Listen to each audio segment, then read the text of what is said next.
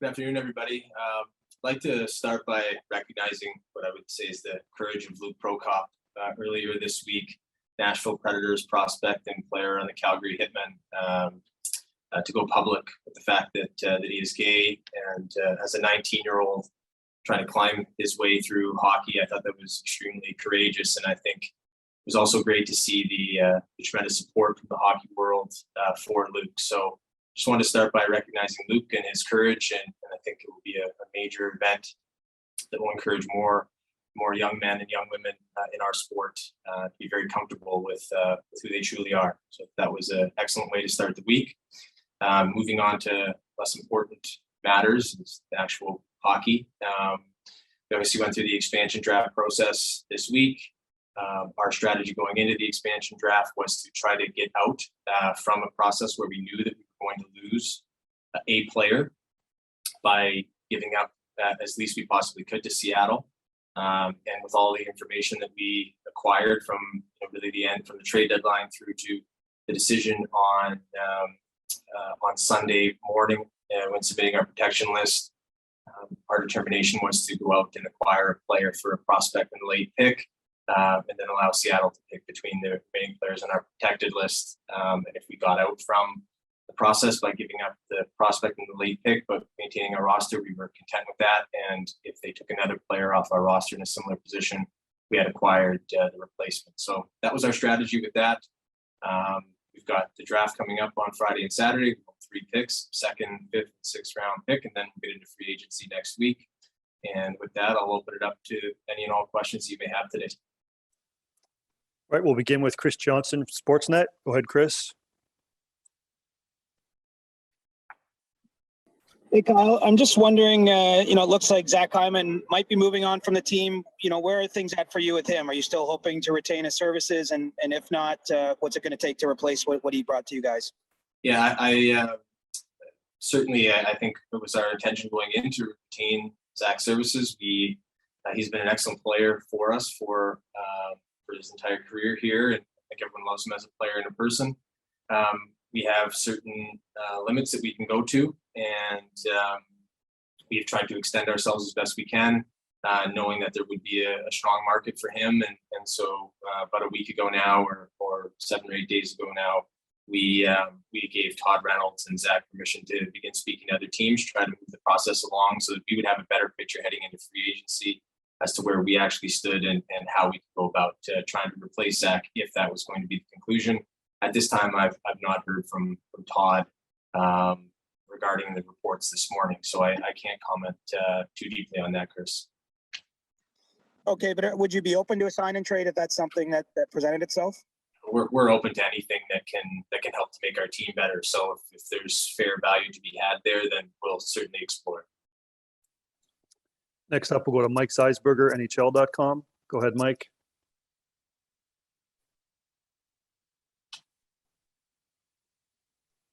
Yeah, Kyle, thanks for doing this.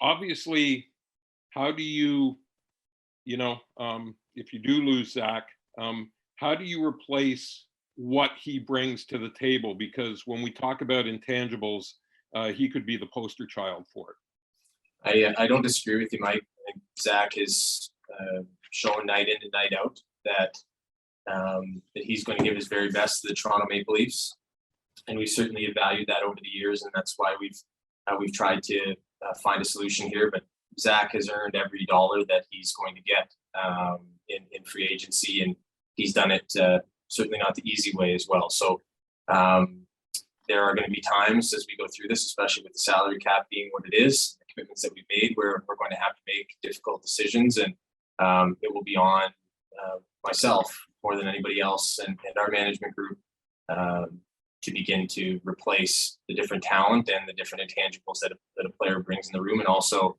continue to see growth from our own group of players that are already signed here in those areas. Thank you.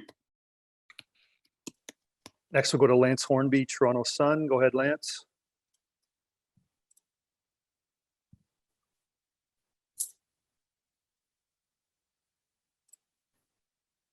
Sorry, Kyle. I just started with the situation of maybe losing a couple of guys, it seems to be your plan right now to save as many off the roster as you can. How do you reconcile that with what happened in the playoffs moving forward? Sure. I think fairly simply, Lance, I understand that some may look at it and say this group hasn't gotten it done, and that's why aren't there significant changes. But for better or worse, I believe in this group, and I believe that they are going to get it done, and I believe that they're going to win. And I understand that comes with certain doubt because of the fact that we have not broken through in the playoffs, but it's my belief that they will. I believe in them as players. I believe in them as people. And I know that that decision lies on me and what the risk is for me in going ahead that way. So I'm comfortable with it. I believe that we're going to see the best version of this group next season that we've seen yet. And I'm willing to bet everything on that. My follow would be how many late nights have you had, sleepless nights, wondering one overtime goal changes the whole narrative that we've seen in the past since June 1st? I've had sleepless nights for other reasons, Lance, but I think once something's over, you try to park it and move past it and not live in that and look at how can we take this group and how can we push them to break through. And in the end, that comes down to me doing my job as best I can, especially at a time like this where we haven't met that expectation, and trying to set the group up in a way, whether it's through internal development or finding the pieces that can continue to push us in that direction and have that breakthrough happen. So, this is not a job, I think, where you have many great sleeps night in and night out, as others I'm sure can attest that have done it for far longer. So I knew what I signed up for, and it's a great challenge we have ahead of us, and just looking forward to embracing the challenge ahead versus looking at what might have been with a bounce here or there. We'll go to Kevin McGran, Toronto Star. Go ahead, Kevin.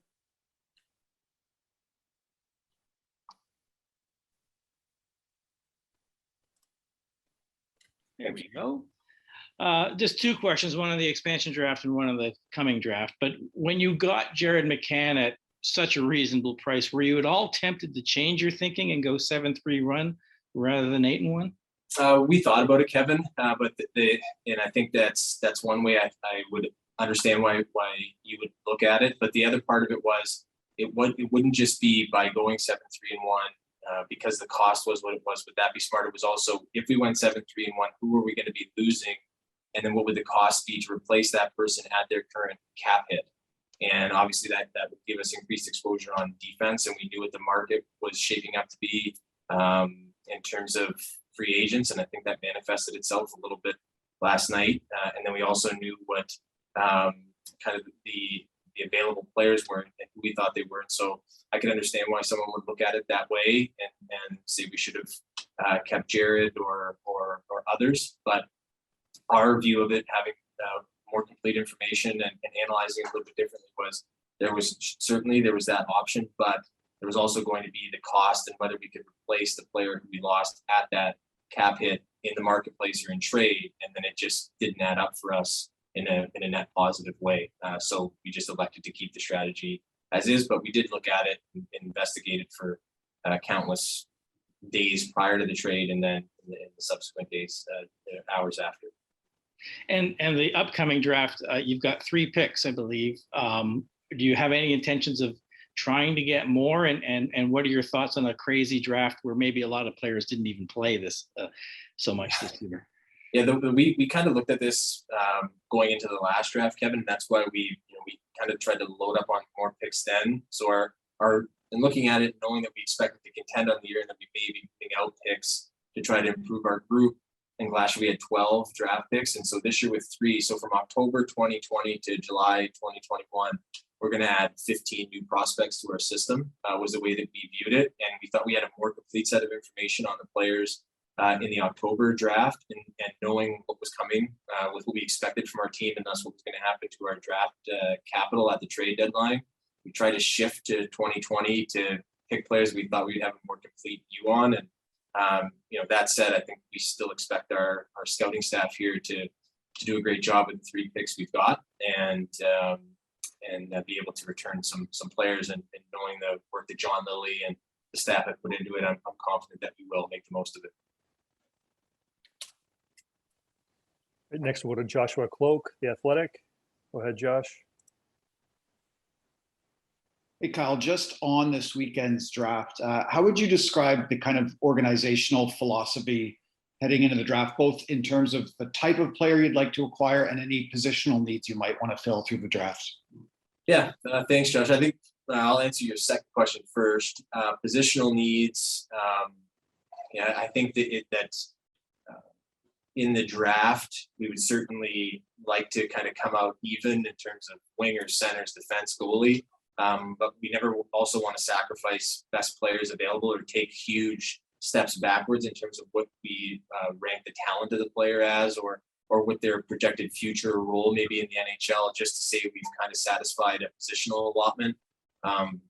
What a player's position is when they're drafted, we can also impact and change through development or things of that nature. I'm talking more winger to center or vice versa.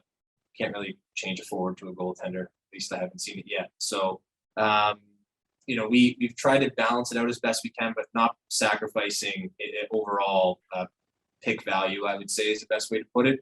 In terms of our philosophy, we're trying to find the best players possible that check off our scouting criteria. And obviously, talent is a key thing, but so is toughness, so is intelligence, so is defensive play, and we've just tried to follow that here for the last several years. And as we've kind of 2018 was a bit of a late change with the changes that came in May, and then 2019, I thought we did well, and last year we're happy with the early returns on our draft there. So we'll just keep sticking with that. I think the scouts have done a great job, and the leadership in the scouting department's done a great job. But we're always tinkering and looking at areas where we maybe missed or we haven't valued enough, and adapt and roll from there.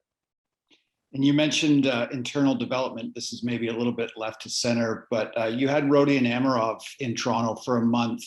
What did you and what did the development staff see from him that maybe would lead you to believe he could be a player for you guys sooner rather than later?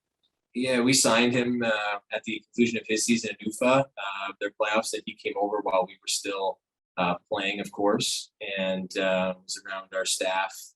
I think it was a great opportunity for him to come in, Josh, and I think the language is a major element that doesn't get looked at enough, and I'm fortunate to have Nick Antropov with our staff here. He can communicate clearly with him. I was just really impressed with how quickly Rodion picked up on the different developmental areas that they were trying to work with him on. They just tried to, Haley and Danielle and Daryl Belfry, the staff that work with him day in and day out, just tried to get him set as best possible to go back to UFA and get ready for the season there, which they're already in their training camp, and they're a few weeks away from starting their preseason games and then their season. So it happens quickly, and we wanted him to just begin to maximize really the things we need to work with him on, so that he can transition over here as soon as possible when he's ready to do so. But I think he's going to have a great season with UFA. It's been really good working with them actually as well, and they're very open to working with us in terms of sharing information and going back and forth. So it's been very, very good, and we look forward to him having a great season there. Next up is Mark Masters, TSN. Go ahead, Mark.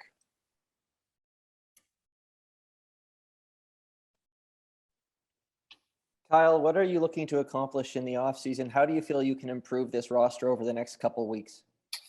Well, I think, Mark, in every offseason, regardless of how it ends, regardless of how the season ends, we're looking to improve the team. I think the needs of the group are fairly obvious, I think, to me and probably people on the outside. We've got a goaltending situation that we need to find a competent partner for Jack Campbell and let them battle it out. Obviously, Jack had a great season. We have a lot of belief in Jack and looking forward to him. We need to take steps next year, but we need to address that.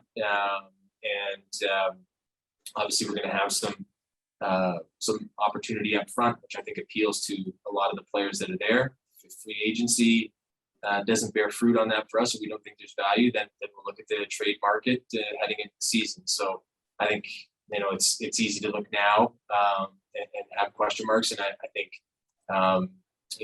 come September, when camp opens, we'll be at a different spot. But that's where we're looking to improve, sort of in order. We're quite happy with our defense last year and the way it played. I think that manifested itself objectively in the number of shots, goals, different opportunities that we gave up, and look forward to that group continuing to work together with Dean Chanouth now coming in to replace Dave Haxtell, who's gone to Seattle, and roll from there. But we have to continue to get better, Mark, and that's what our full focus will be on. It may look a little bit different because of different things that happen in free agency, but our goal is to continue to improve the team in every possible way that we can.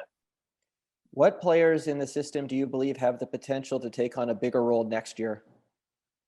Within the system or potentially challenge for the Leafs? Potentially challenged for playing time in the NHL? Yeah, I think from my view of it, in the American League last year with our team, we had two guys that already did challenge and play, and Nick Robertson and Joey Anderson. We expect them to continue to take steps in the right direction. Thought Semyon Jargachintsev, he needs to continue to work on his strength, but he had a really, really good season with Torpedo in the KHL, coached by David Nemirovsky there, and they did an excellent job developing him. Then he came over with the Marlies, and I thought played really well. We signed Alex Steeves as a free agent out of Notre Dame. He's been making great progress through the summer based on the check-ins that we get from him. On the back end, obviously we're expecting Sandin and Milligren to continue to push and challenge and take steps there. And then subsequent to them, you've got Christian Rubens and Matt Caldwell that both had good seasons. Rubens went over and played for Latvia at the World Championship at home. And Hollowell, I spent some time on the taxi squad and traveled with the team last year. Different, almost completely different types of players, but players we expect to continue to challenge, move along. And then we start to get some of our younger players from the 2018 and 19 draft coming into the system as well. So that's exciting for us. That said, we feel that depth on both forward and D is an area that we also need to address in free agency to give those young players some competition and make sure that if they're not ready, that we've got the requisite depth to help out there. So we'll be active in that market as well. We'll go with 5 more here, beginning with Terry Cochin, Toronto Sun. Go ahead, Terry. Hey, Kyle, good afternoon. Just the free agency question, where are you, if anywhere, with Fred Anderson and Alex Galchenyuk? Yeah, I mean, I don't really like when the negotiations get public, Terry. I know the Hyman one obviously has, but we've had communication with both camps, and I don't mean to dodge the question, but I'd just rather leave it at that. The door isn't closed on either player. And then just getting back to Zach, then all the indications are Edmonton. Is that what you expect here? I mean, I don't imagine you're just reading some of the same things we are, but maybe you are. But is that what your expectation is by the end of the day, that he'll be an Oiler? I really don't know. I haven't had communication from Todd Reynolds on the matter here today, Terry. So really, I have not had communication from Todd since those reports started. So if I hear from Todd on it and something happens, then we'll release it and go from there. But that's where it's at this time. Okay, thanks, Kyle. We'll go to Jonas Siegel with The Athletic. Go ahead, Jonas. Hey, Kyle, you kind of touched on it before, but I'm just wondering if you could expand on prioritizing protecting Justin Hall and expansion over maybe, protecting a couple more forwards. Sure. The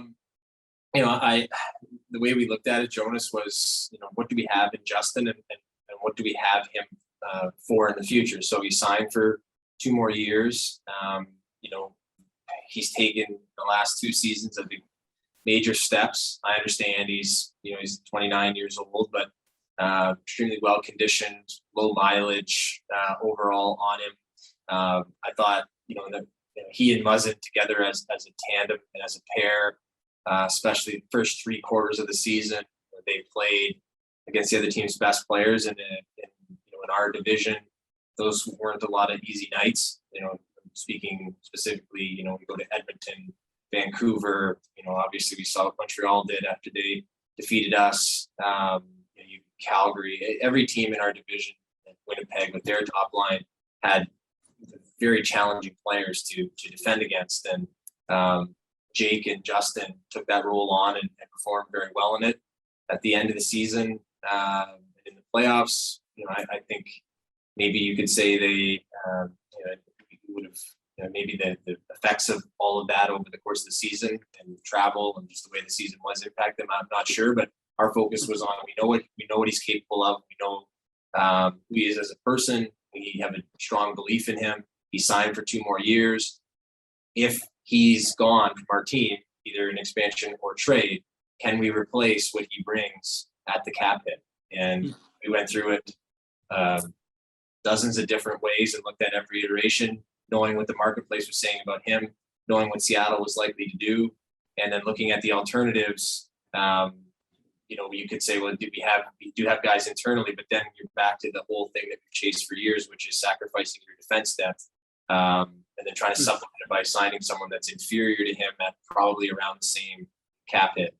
And so that was a decision that we made. We just did not think that he was replaceable, and we have a lot of belief that he's going to have a great summer, set himself up to perform at his best for 82 games and through the playoffs. And knowing Justin Hall, I would bet that he does it over the course of the next 2 seasons. And 2 years from now, we'll look back and I'm on the record as my belief in him, and I know he'll play very well for us.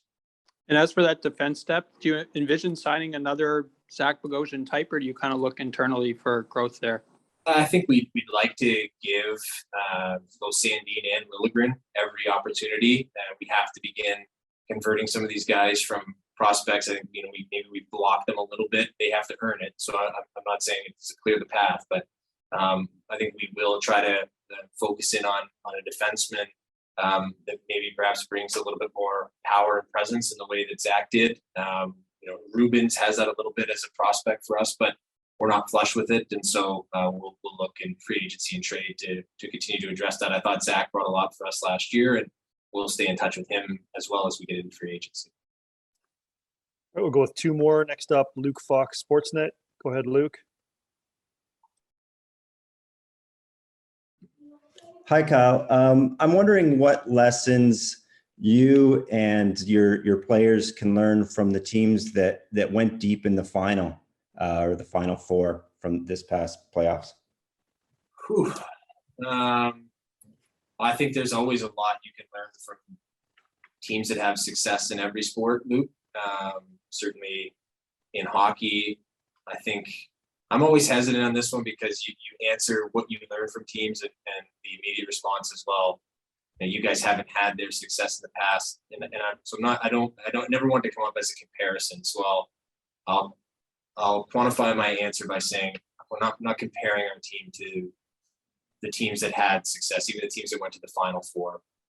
But I think what we can learn from them is that if you look at our team and where we haven't been able to break through, I think in those final deciding games, if you go back and look at all of them, going back to 2018, we go into those games and I think we're just a little passive and on our heels, and we're trying to feel out the opposition. And the teams that have success, not just in hockey, but in other sports, they're going to get to that stage, the Final Four, the finals, and winning. They go out and they attack the opportunity. They don't sit back and wait for the opponent to make mistakes. They go out, they exert themselves in the way that they play. I thought we did that a little bit early in the series in games 2, 3, and 4. And then we had our moments in game 6, but in game 7, I thought we were a little passive and frozen. And I would say the same for game 5 in Columbus the year prior, game 7 in Boston the previous 2 years, even game 6 in Boston 2019, once they tied the game. So I think the lesson we learned and we try to impart throughout our organization is in those moments, can we get on the attack and can we assert ourselves in the way that we want to play? We've shown moments of it at times, that we improved upon it this year, but in the end, when it's all on the line, we have to be able to get to that same level. And those teams, that didn't always happen for them either. They had to have their own breakthroughs, and that's what we have to work towards here this offseason, through training camp, through the regular season, to get ourselves ready for that. That would, I think, would be the key lesson. I don't know if you saw Julian's press conference at the end as well. They talked about the sacrifices that the players with Tampa Bay had made. Thought that was pretty bang on as well. And there's a reason why they've won back-to-back Stanley Cups. And a question on your power play faced a lot of criticism. Do you see it more as a tactical thing, or is there a personnel issue that you're going to try and address this offseason? I think that's more of something that Sheldon and I discussed privately, and we discussed throughout the season. And we'll discuss now myself, Sheldon, Dean, Manny, and Spencer Carberry here throughout early in the summer and get ready for the year. But yeah, I expect their power play to perform better than it did. I think we all do. There's no doubt about that. The players do, and I think it is, as it's shown at times, it is capable of performing at a very high level in the league. And I think we have the talent to get there. I think we just need to, frankly, free ourselves up of getting too far inside of our own head when things aren't going well on it, letting that snowball and fester and put a stop to it. Thought as a team, in terms of our overall performance last year in the regular season, we did a much better job of that than in previous years. But with regards to special teams and the power play, I thought that, and I think you all watched it, so I don't have to BS anybody here. We need to continue to perform at the level we're capable of all the way through the regular season and set ourselves up to the playoffs like the best teams do. Our last one here, we'll go to David Alter, the Hockey News. Go ahead, David. Hey, Kyle, with the salary cap flat the way it is, when you approach free agency, not knowing if it's going to be flat for this year or a few more years, does that make long-term deals harder to figure out or less desirable to want to sign? And maybe you just continue kind of going with the short-term deals to build around your core for the upcoming year? And I think, David, it all comes down to value. And if we think something is of great value and it's long-term and the player is going to perform at the contract level or beyond, all the way down to the back end of a longer-term deal, then there's no issue on our end. But it certainly is something to consider. I think that showed itself last year in the free agent market. I don't know, with an additional team this year, maybe better prospects of revenue in the season, whether there'll be a huge change this year, but I still think there's just limited space overall, even with Seattle coming into the league. It's only one more team and 81.5 million more in overall cap space amongst the 32 teams now. So I think that is a challenge. You got RFAs coming up from different teams that, they're going to take a bigger, much larger piece of the pie. And you have teams kind of planning for that. I think we're fortunate here. We've got our core group locked up for the next number of seasons. And we hope that by that time that things will start moving in the right direction. But these are the circumstances that we're in, and we have to make the best of them. So we don't dismiss anything because of the term. It just always has to be about value in that regard. So that's the way that we'll approach it here now and moving forward.